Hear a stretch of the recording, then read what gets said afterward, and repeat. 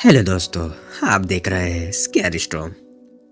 असली घटनाओं पर आधारित वो कहानियां जो रूह को कपका दे। और आज की कहानी का नाम है उल्लास नहीं, उल्का थी वो। मकर संक्रांति ज्यादातर लोगों के लिए उल्लास, पतंग और मिठाइयों का त्योहार है, लेकिन एक शख्स के लिए यह एक ऐसी रात का नाम है जिसने उसकी जिंदगी को हमेशा के लिए बदल कर रख दिया। एक ऐसी रात जब आसमान से टूटकर आई चमक उल्का नहीं बल्कि एक सनसनीखेज रहस्यमय का संकेत थी।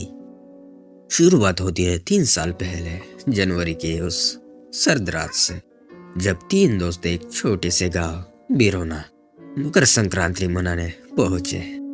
उन्हें वहां सिर्फ मस्ती और रिवाज दिखाई दिए, लेकिन उस गांव में एक पुराना डरावना रिवाज छुपा हुआ था जिसके बारे में जानने की कीमत उनकी जान से भी ज्यादा थी। क्योंकि वह संक्रांति की रात सूरज के डूबते ही दरवाजे बंद हो जाते हैं और एक अजीबोगरीब मेहमान का इंतजार शुरू होता है। जो कोई भी उस रात बाहर निकलता है वो कभी लौटकर नहीं आता। यह है असली डर की कहानी, एक ऐसी रात की जब पतंगों की डोर नहीं बल्कि मौत का साया उनके पीछे पड़ गया। शुरू करते हैं आज की कहानी। सब कुछ शुरू हुआ था 3 साल पहले, जनवरी की उस सर्दियों में। मैं, मेरा कॉलेज दोस्त रोहित और उसकी गर्लफ्रेंड प्रिया। रोहित बहुत दिनों से कह रहा था कि चलो उसके ननिहाल, एक छोटे से गांव में जिसका नाम बिरोना है, मकर संक्रांति मनाते हैं। उसका कहना था कि शहर के झूठे रौनक से कहीं ज्यादा असली मजा वहां होगा। तिल गुड़ के पराठे, बॉनफायर और सबसे बढ़कर एक रहस्य उसने मुझसे कहा था, आंखें चमकाते हुए। मैंने पूछा था क्या रहस्य, तो वो बस मुस्कुरा दिया, पहुंचकर पता चलेगा, बस एक शर्त है, सूरज ढलने के बाद घर से बाहर निकलना मना है। गांव का पुराना रिवाज है। उस वक्त लगा चलो एक अलग ही एडवेंचर होगा। अब सोचता हूँ काश मैंने उस रिवाज को गंभीरता से लिया होता। बिरोना गांव पहुंचना ही एक सफर था। पक्की सड़क खत्म होने के बाद कच्चा रास्ता शुरू हुआ और आखिरी 5 किलोमीटर हमने एक टूटी फूटी सवारी से तय किए।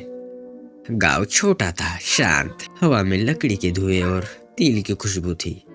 रोहित के नाना नानी बहुत प्यारे थे। दोपहर तक हमने पतंग उड़ाई, गजक खाई और उस रहस्य के बारे में चुटकियां लेते रहे। शाम ढलने लगी तो माहौल थोड़ा बदलने लगा। गांव के लोग जो दिन भर बहुत खुले और बातूनी लगते थे, अचानक जल्दी जल्दी अब अपने घरों की तरफ जाने लगे। खिड़कियां बंद होने लगी। रोहित के नाना ने हमसे कहा, बेटा अब अंदर आ जाओ, चूल्हा जल गया है, गर्मा गर्म खाना मिलेगा। हम तीनों अंदर बैठे थे। बाहर अंधेरा गहरा हो चुका था। कोई आवाज नहीं थी, कोई कुत्ते का भौंकना नहीं था। ऐसी खामोशी जो दबाव डाल रही थी। ये सन्नाटा क्यों है दादाजी, मैंने पूछा। नाना ने आंख सेकते हुए कहा, बस रिवाज है। संक्रांति की रात सूरज दक्षिण से उत्तर को जाता है।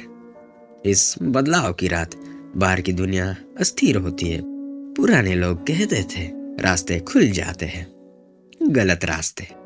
उसकी बात में एक डर था, लेकिन इतना था कि हमने उसे अंधविश्वास समझ लिया। प्रिया ने फुसफुसा कर कहा, चलो या इनके सोने तक इंतजार करते हैं, फिर थोड़ा बाहर घूमने निकलते हैं, देखते हैं क्या होता है। रोहित और मैं भी इसी के लिए तैयार थे। एडवेंचर का जुनून सवार था। रात करीब 11 बजे, जब पूरा घर सो चुका था, हमने चुपके से दरवाजा खोला और बाहर निकल गए। सर्द ऐसी थी जैसे लग रहा था सीने में एक चाकू घोंप दिया हो। चारों तरफ अंधेरा, सिर्फ दूर कहीं गांव के बाहर इलाके में एक टिमटिमाती लालटेन दिख रही थी। चलो वही चलते हैं, रोहित ने कहा। हम तीनों टॉर्च जलाकर उस ओर बढ़ने लगे। पैरों तले सूखी पत्तियां चरचरा रही थी। हर आवाज बहुत तेज सुनाई दे रही थी। तभी प्रिया रुक गई। सुनो, क्या वो आवाज है? हमने चुप रहकर सुना। दूर से, बहुत ही दूर से कोई गा रहा था, कोई लोकगीत। आवाज इतनी पतली और लंबी खिंची हुई थी जैसे हवा में तनी तार हो। उसमें दुख नहीं, एक अजीब सी खालीपन था। शायद कोई पूजा कर रहा है, रोहित ने कहा, लेकिन उसकी आवाज में पहली बार डर झलका। हम आगे बढ़े। लालटेन वाली जगह करीब आए तो देखा वहां एक छोटा सा पुराना मंदिर था।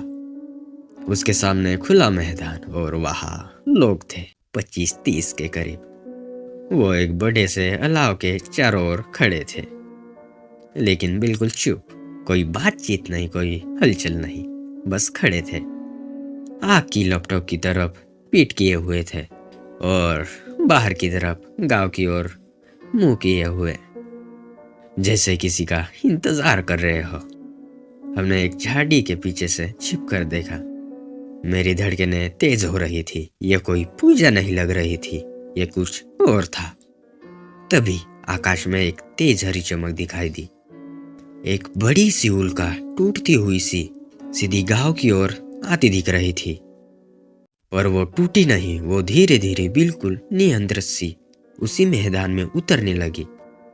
जब आंखें खोली तो अलाव के पास वो लोग अब भी वैसे ही खड़े थे, लेकिन अब उनके चेहरे दिख रहे थे और उन चेहरे पर कुछ नहीं था, कोई भाव नहीं, जैसे सबकी आंखों की रोशनी चली गई हो, खाली घड़ों की तरह। हम में से किसी की भी सांस नहीं निकल रही थी। प्रिया का हाथ मेरे हाथ में था, बर्फ जैसा ठंडा। फिर वो लोग एक साथ मुड़े और उनकी खाली नजरें सीधी हमारी ओर झाड़ियों की तरफ आ गई। उन्होंने हमें देख लिया था, किसी आदेश की बिना ही वो एक साथ बिल्कुल एक जैसे कदमों से हमारी तरफ बढ़ने लगे। धीरे धीरे, कोई दौड़ नहीं, कोई चीख नहीं, बस एक डरावनी मशीनी शांति के साथ। भागो! रोहित की फुसफुसाहट में दहशत थी। हम पीछे मुड़कर भागे। पैर लड़खड़ा रहे थे। पीछे से कोई आवाज नहीं आ रही थी, लेकिन हमें पता था वो आ रहे हैं, हमारा पीछा कर रहे हैं। गांव की गलियां जो दिनों में इतनी सरल लगती थी, अब एक जाल सी लग रही थी। हम रोहित के ननिहाल की तरफ भागे, लेकिन रास्ता याद नहीं आ रहा था।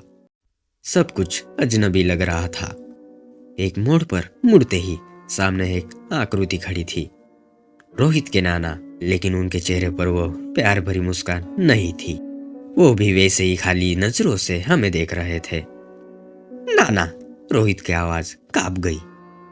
तुम्हें बाहर नहीं आना चाहिए था बेटा, नाना ने कहा। आवाज उनकी ही थी, लेकिन उसमें कोई भाव नहीं था, जैसे कोई टेप रिकॉर्डर। अब तुम्हें उसके साथ जाना होगा, उसकी भूख शांत करनी होगी। हर साल हमें एक आदमी चाहिए, बाहरी, तभी गांव सुरक्षित रहता है। उस पल सब कुछ समझ में आ गया। रिवाज, चेतावनी, रोहित का रहस्य। ये कोई त्योहार नहीं था, ये एक बलि थी, और हम बलि का पशु बनकर आ गए थे। नाना ने हमारी तरफ एक कदम बढ़ाया। पीछे से भी कदमों की आहट पास आ रही थी। हम फंस चुके थे। तभी प्रिया ने एक तीखी चीख मारी और नाना पर टूट पड़ी। उन्हें धक्का दिया।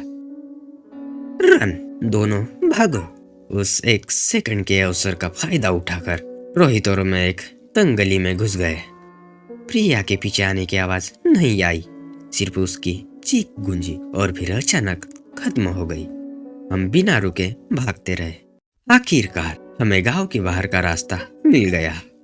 पीछे मुड़कर देखा तो कोई पीछा नहीं कर रहा था। गांव फिर से उसी खामोश मौत के सन्नाटे में डूबा हुआ था। हमने उस रात वही जंगल के किनारे छिपकर काटी।